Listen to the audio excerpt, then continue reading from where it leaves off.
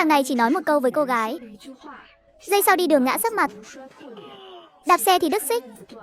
Băng qua đường còn bị xe tải tông văng. Hóa ra cô gái có hệ thống mượn vận may. Ai bị cô ấy mượn vận may đều gặp kết cục thê thảm. Nối tiếp tập trước, một bóng dáng quen thuộc bước vào từ cửa. Là Lâm Tiểu Như. Cô ấy đi cùng một anh chàng da hơi ngăm. Anh chàng này, mắt lấp lánh như đầy sao khi nhìn cô ấy. Cả hai chẳng hề để ý đến hơi thở ở góc phòng. Lâm Tiểu Như vẫn ra vẻ em thẹn. Mắt anh chàng như dính keo siêu dính. Chẳng thể rời khỏi người cô ấy. Anh chàng muốn chơi sang một lần. Liệt kê hết tên các món ngon. Chỉ còn mì cán tay thôi. Ăn không, Tiểu Như?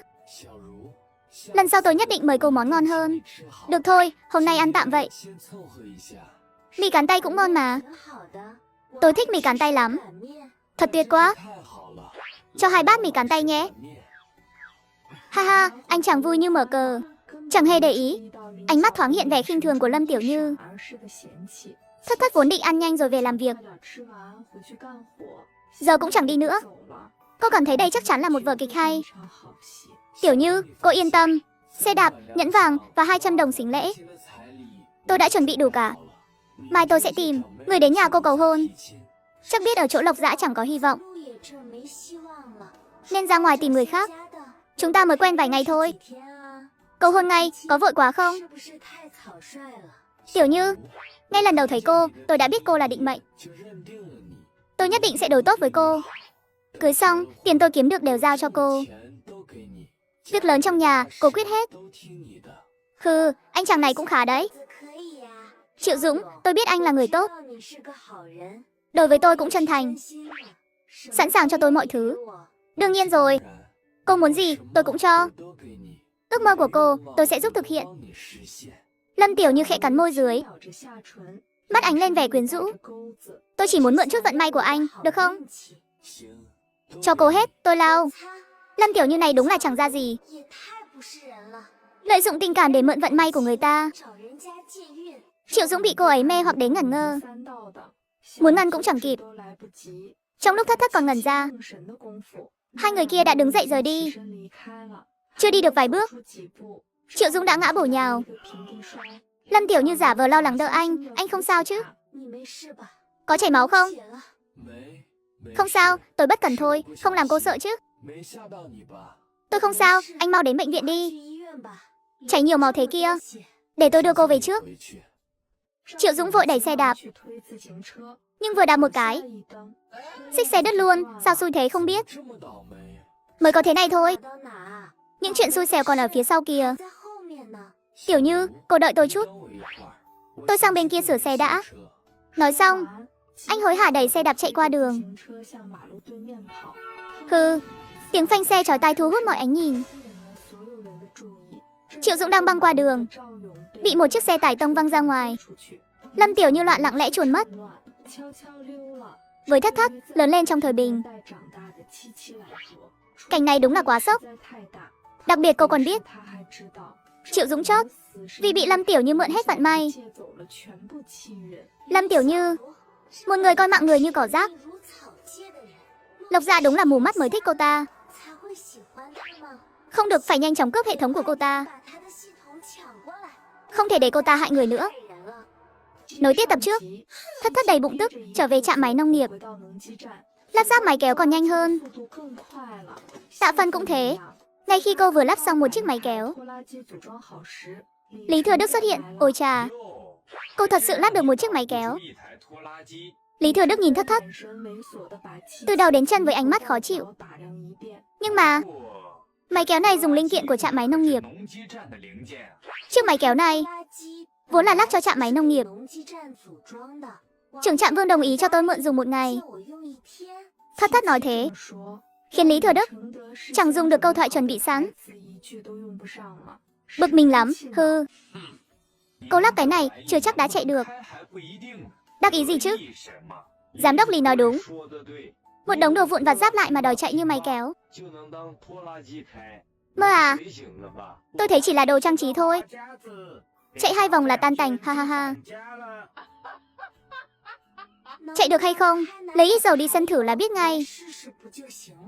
Giàu đi sân quý thế, đâu phải muốn lấy là lấy. Nếu không chạy được, cô phải bồi thường. Nếu cái máy kéo phế này không chạy, cô phải bồi thường tiền, được chứ? Nếu máy kéo này không chạy, tôi bồi thường 100 đồng. 100 đồng ở thời 20 đồng làm xính lễ. Cưới được vợ là một khoản tiền khổng lồ. Cô nói đấy nhé. Không được nuốt lời. Bắt cô ấy lập giấy. Kẻo lát nữa lại chối. Tôi có thể lập giấy. Nhưng nếu máy kéo chạy được thì sao? Mỗi người bồi thường tôi 50 đồng, thế nào? Nghe phải bồi thường tiền. Mọi người vô thức lùi một bước. Sao không dám ca à? Vừa nãy chẳng phải hò hét to lắm sao? Lý Thừa Đức cau mày. Hắn đúng là muốn làm khó Thất Thất. Thuận tiện kiếm chút lợi, nhưng chẳng muốn tốn tiền. Giờ bị đẩy vào thế khó. Nếu bảo không cá, chẳng phải sẽ bị cười nhạo đến chết sao? Thế là Thất Thất viết tay. Một bản thỏa thuận cá cực đơn giản. Mọi người đều điểm chỉ tay. Dầu đi sân nhanh chóng được mang đến. Để đảm bảo công bằng, đặc biệt mời người từ phòng kiểm tra chất lượng thử lái chiếc máy kéo này. Người thử lái là một bác tài hơn 40 tuổi. Quay tay khởi động vài vòng. Máy kéo lập tức phát ra tiếng tạch tạch tạch cô. Khởi động nhanh thế.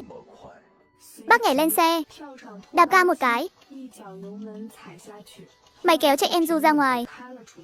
Liên tục chạy vài vòng trong sân mới dừng. Ha ha ha, máy kéo này còn dễ lái hơn cả máy kéo mới ở trạm.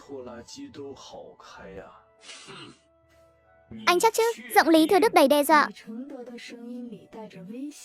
Bác tài chẳng hiểu chuyện, vẫn đắm chìm trong niềm vui. Tìm được một chiếc máy kéo tốt, chắc chắn luôn. Không tin mọi người tự thử đi. Dễ lái cực kỳ. Giám đốc Lý không phải sợ thua chứ? Chỉ cần anh nhận thua, tiền tôi không lấy đâu. Nếu không phải ở trạm máy nông nghiệp, Lý Thừa Đức chắc chắn quỵt nợ. Nhưng xung quanh toàn đồng nghiệp xem náo nhiệt. Hắn không thể mất mặt. Móc tối cả buổi. Cuối cùng cũng gom đủ 50 đồng. Đây. Thừa Đức đau lòng muốn chết. 50 đồng gần bằng lương tháng của hắn. Những người khác thấy Lý Thừa Đức dễ dàng đưa tiền, ai nấy đều lúng túng. Giám đốc, tôi không mang nhiều tiền thế. Tôi cũng không mang. Về nhà lấy đi.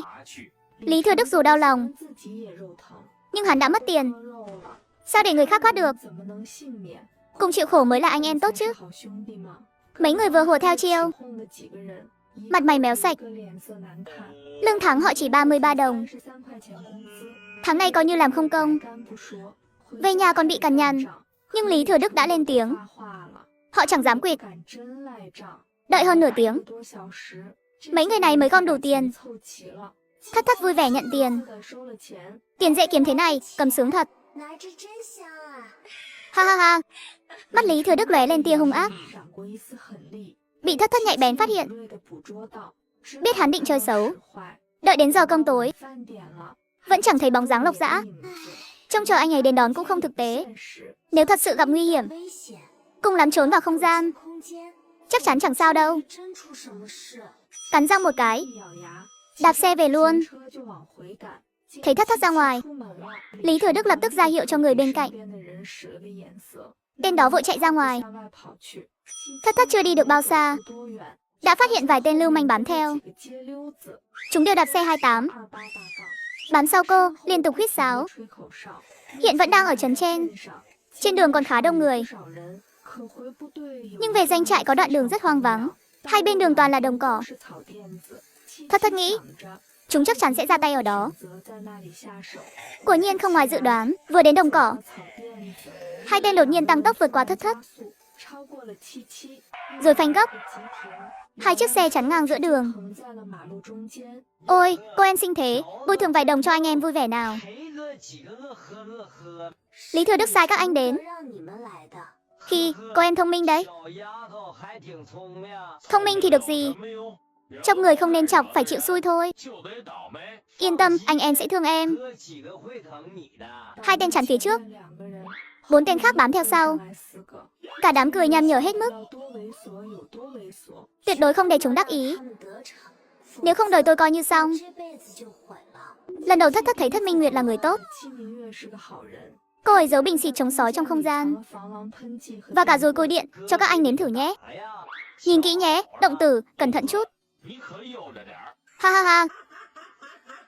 Trời đã tối hẳn. Thất Thất khẽ nhếch môi cười. Đúng lúc chúng đắc ý nhất, Thất Thất hành động. Mắt tôi đau quá. Thấy động tử chúng chiêu, đám còn lại xông lên, giơ nắm đấm lao vào Thất Thất. Thất Thất giơ bình xịt chống sói, xịt liên tục. À, đau muốn chết. Thứ gì thế này? Mắt tôi chẳng thấy gì. Thất Thất dùng bình xịt khóa mắt chúng, rồi rút dùi cùi điện, đánh cho chúng kêu cha gọi mẹ. Vẫn chưa hả giận, Thất Thất vung tay, thu cả 6 chiếc xe đạp vào không gian. Với tinh thần nhổ lông ngỗng bay qua, lục soát hết đồ trên người chúng. Tiếc là 6 tên này nghèo kiết xác, công cả nhà lại chẳng đủ 10 đồng cưới vợ. Khinh bỉ bĩu môi, cuối cùng lột sạch quần áo chúng. Mỗi tên chỉ để lại cái quần lót, dùng gậy treo lên, định ném vào đồng cỏ cho chớt. Ngẩng đầu lên, cả người cứng đờ. Lộc Gia, anh đến từ bao giờ? Chớt gì mà chớt? Thất Thất cuối cùng cũng hiểu cảm giác. Lộc Gia thấy tôi lột đồ 8 gã đàn ông, sẽ nghĩ gì đây? Chẳng lẽ nghĩ tôi là nữ lưu manh? Muốn khóc quá, anh làm gì thế? Mặt Lộc Dã đen hơn cả trời đêm. Chúng chặn đường tôi, vốn làm chuyện xấu bị bắt của tang, có chút chột dạ, nhưng nghĩ đến chuyện vừa trải qua, lại bị người này quát. Bất đức dâng trào, giọng đã mang theo tiếng nức nở. Trái tim Lộc Dã như bị điện giật. Đúng thế, Thất Thất nhà tôi mềm mại đáng yêu, lại tốt bụng như thế, sao có thể làm chuyện xấu được? Chắc chắn là lỗi của mấy tên này. Em không sao chứ? Có bị thương không?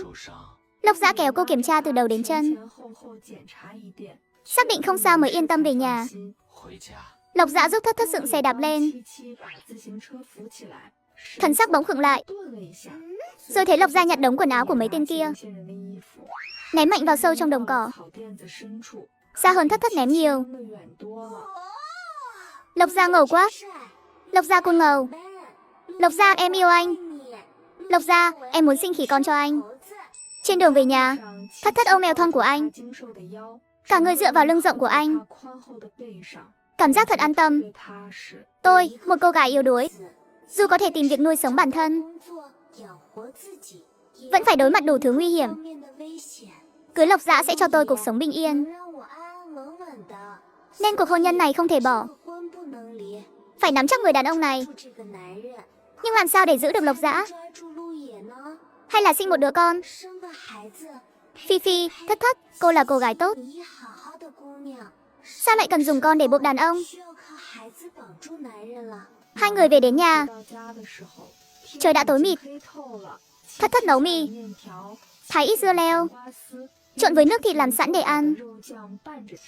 Lộc Dã ăn 3 hơi hết một bát, liên tục ăn 3 bát mới dừng.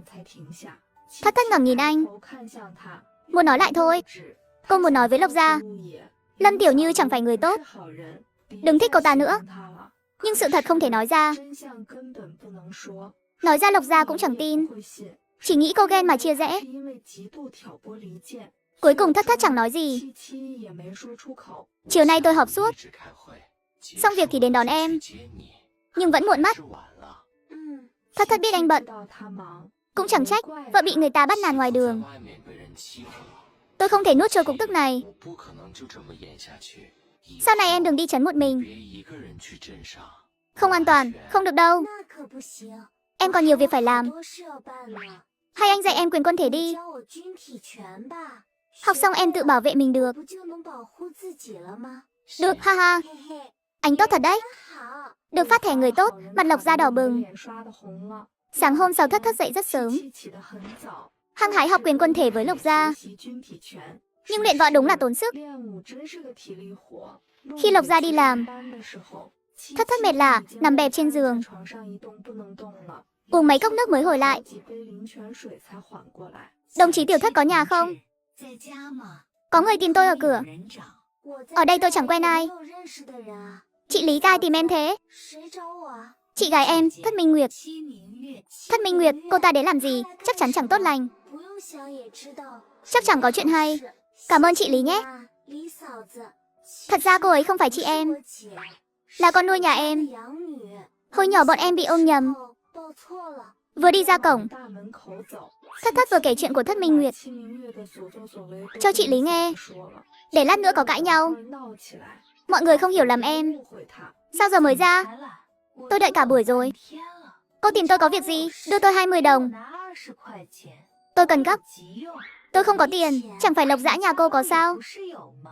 Tiền của Lộc Dã nhà tôi, dựa gì mà cho cô? Ba mẹ bảo các người chăm sóc tôi. Các người kiếm tiền phải cho tôi xài.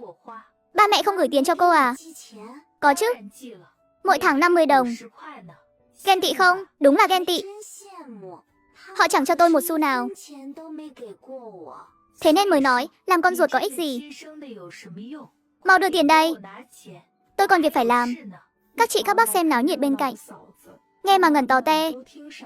Tôi sống hơn nửa đời người, lần đầu thấy con nuôi ngang ngược thế này. Ba mẹ nhà họ đúng là thiên vị đến tận trời. Mỗi tháng cho con nuôi 50 đồng. Con ruột thì chẳng có lấy một xu. Chuyện gì thế? Nhỡ đâu cô con nuôi này chẳng phải nhận nuôi thật thì sao? Ý gì nữa? Còn ý gì được? Cô nhóc này chắc chắn là con riêng. Tôi thấy cũng giống. Nếu không thì ai lại thiên vị thế chứ? Trời ơi, trước khi đến Lẽ Ra tôi phải bốc một nắm hạt dưa. Thất Minh Nguyệt nghe mấy chị quân tàu bàn tán, tức đến mức mũi muốn lệch luôn. Mấy bà cô già lắm mồm. Các người mới là con riêng. Cả nhà các người đều là con riêng. Tôi nói rồi, tôi không có tiền. Cô không hiểu tiếng người à? Tôi xài tiền của cô là nể mặt cô rồi. Cô đừng có được voi đòi tiền. Này Thất Minh Nguyệt, cô ở binh đoàn không đi lao động sao? Ba mẹ mỗi tháng gửi cô 50 đồng, cao hơn cả lương công nhân thành phố. Vậy mà cô còn bảo không đủ sai, còn đến moi tiền tôi. Cô tưởng mình là tiểu thư nhà tư bản chắc.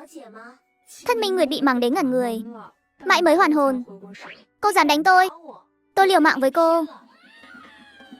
Nhưng Thất Thất đã học quyền quân thể rồi. Thất Minh Nguyệt còn chưa kịp xông lên, đã bị cô đá văng ra ngoài. Thất Minh Nguyệt, cô nhớ kỹ cho tôi. Tôi không nợ gì cô cả. Đừng có mơ đụng đến tôi. Nếu không tôi tuyệt đối không nương tay. Thất Minh Nguyệt mãi mới bỏ dậy được, hét lên, Thất Thất. Cô chờ đó cho tôi. Cứ gây sự hoài, cứ việc xông lên. Thất Minh Nguyệt tức đến run người, hừ lạnh một tiếng rồi quay đầu bỏ đi. Thất Thất bị mấy chị quân tàu vây quanh an ủi một hồi lâu. Thật ra Thất Thất chẳng để tâm chuyện này lắm.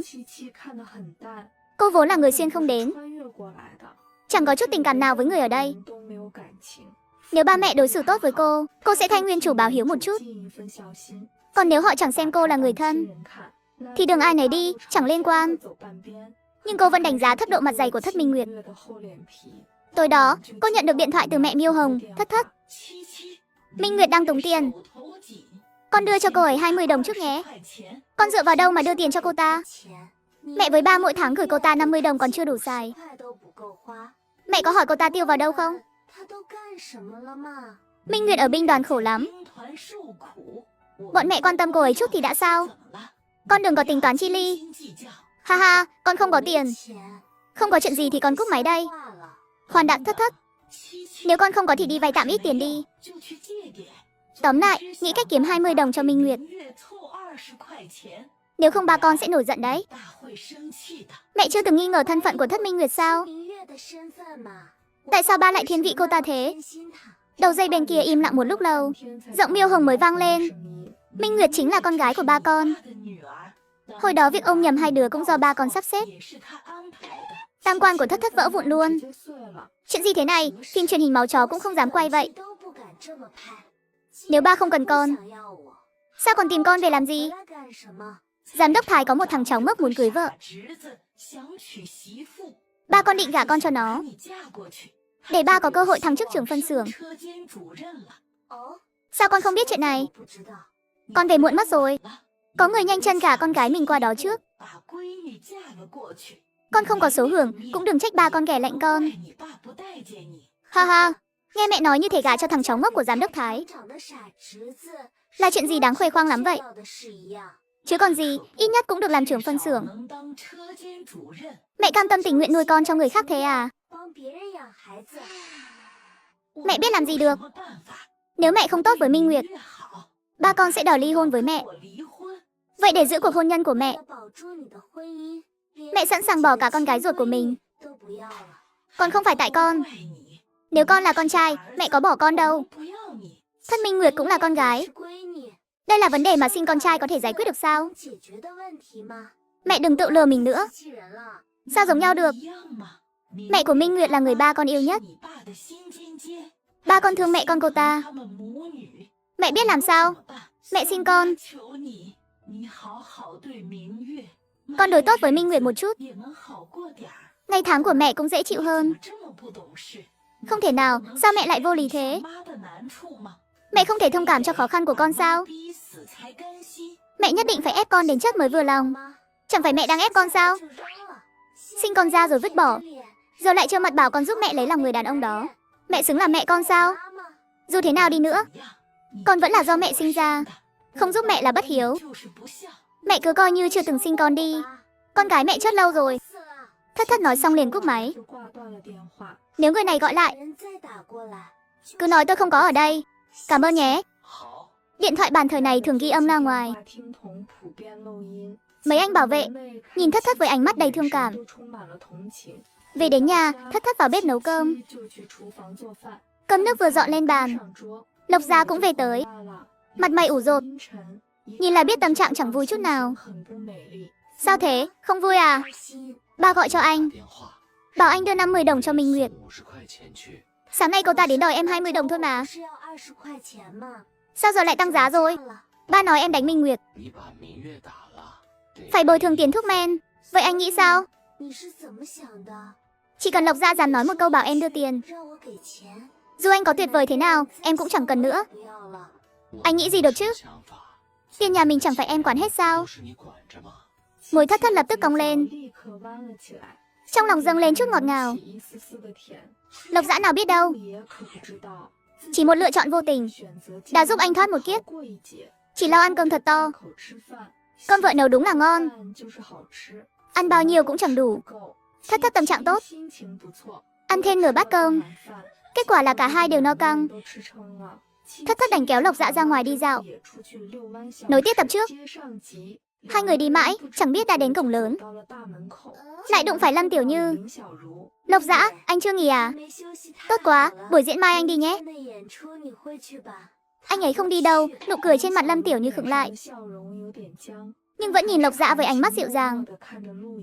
Đây là vé buổi diễn mai, tôi cố ý giữ cho anh đấy. Cô không hiểu tiếng người à? Tôi nói rồi, anh ấy không đi. Tôi hỏi Lộc Dã, chứ có hỏi cô đâu. Ý vợ tôi chính là ý của tôi.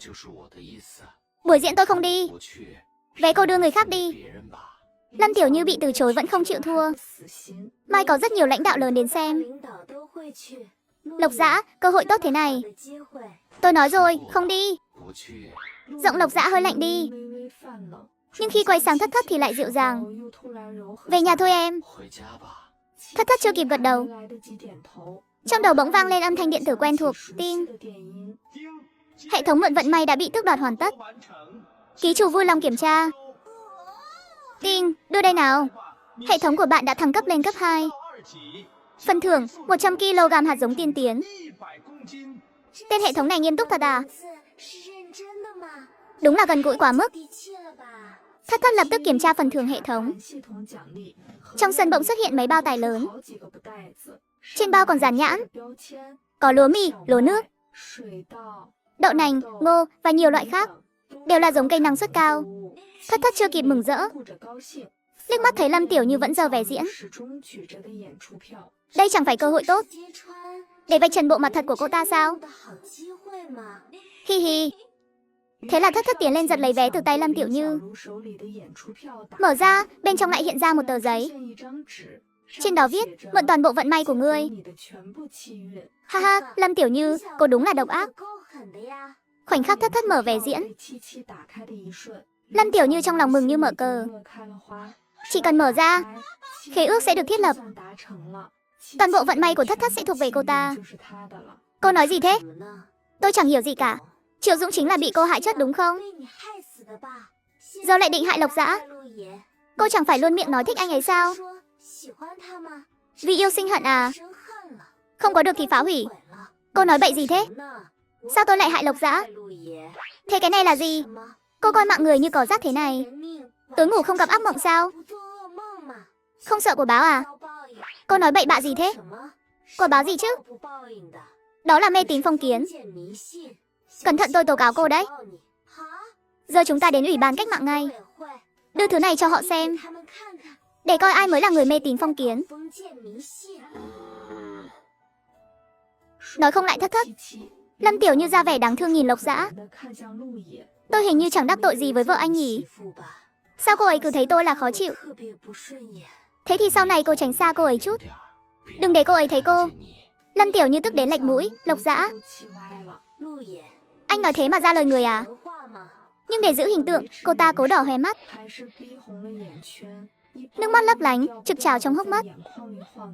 Nếu gặp người biết thương hoa tiếc ngọc, chắc hẳn sẽ xót xa muốn chết. Tiếc là lúc này Lộc Dã mắt mù, chẳng hề thấy vẻ yếu đuối của cô ta. Thất Thất sướng rơn. Lộc Dã giúp cô dạy dỗ Bạch Liên Hoa kìa. Ván này thắng tuyệt đối. Đi, về nhà thôi. Nhìn hai người thân mật rời đi. Lâm Tiểu Như tức đến dậm chân bình bịch. Sao Thất Thất không ngã sấp mặt? Chẳng phải cô ta phải gặp xui xẻo lớn sao? Hệ thống, tại sao cô ta không gặp xui? Hệ thống. Lâm Tiểu Như gọi trong lòng mấy lần, nhưng hệ thống chẳng có phản ứng gì. Cô ta bắt đầu thấy bất an, cũng chẳng còn tâm trí giận dữ. Vội vàng chạy về ký túc xá, nhanh chóng khóa chặt cửa từ bên trong. Mở tủ ra. Sao lại thế này? Không thể nào. Trong tủ vốn có một con búp bê sứ màu đỏ. Đó là thứ cô ta nuôi từ năm 2 tuổi bằng máu đầu ngón tay. Cũng chính con búp bê này giúp cô ta có được hệ thống mượn vận may, thuận buồm xuôi gió sống đến 20 tuổi. Nhưng giờ con búp bê sứ đã hóa thành tro. Cô ta vội lao ra ngoài, chạy thẳng đến phòng bảo vệ mượn điện thoại. Ai thế? Nửa đen nửa hôm. Mẹ ơi, con búp bê sứ của con vỡ rồi. Sao lại thế được? Tiểu Như, con đừng làm mẹ sợ. Rốt cuộc đã xảy ra chuyện gì? Bỗng nhận ra chuyện này không thể nói qua điện thoại. Tiểu Như, con mau về ký túc xá. Tuyệt đối đừng ra ngoài. Mẹ sẽ đến gặp con ngay. Dạ, mẹ đến nhanh nhé. Con sợ lắm, đừng sợ. Có mẹ đây, con ngoan ngoãn về ngủ đi. Mẹ sẽ đến ngay. Dạ. Con về ngay đây. Lâm Tiểu Như cúp máy, nhanh như cơn gió chạy về ký túc xá. Không thể nào. Không thể nào. Không thể nào. Lúc này Thất Thất lại vui đến bay lên, thoải mái tắm rửa sạch sẽ, cùng Lộc Dã bắt đầu cuộc sống ngọt ngào hạnh phúc. Một tập chưa xem đã, video game trên trang chủ. Còn mấy tập nữa nè. Nhanh xem tiếp đi nào.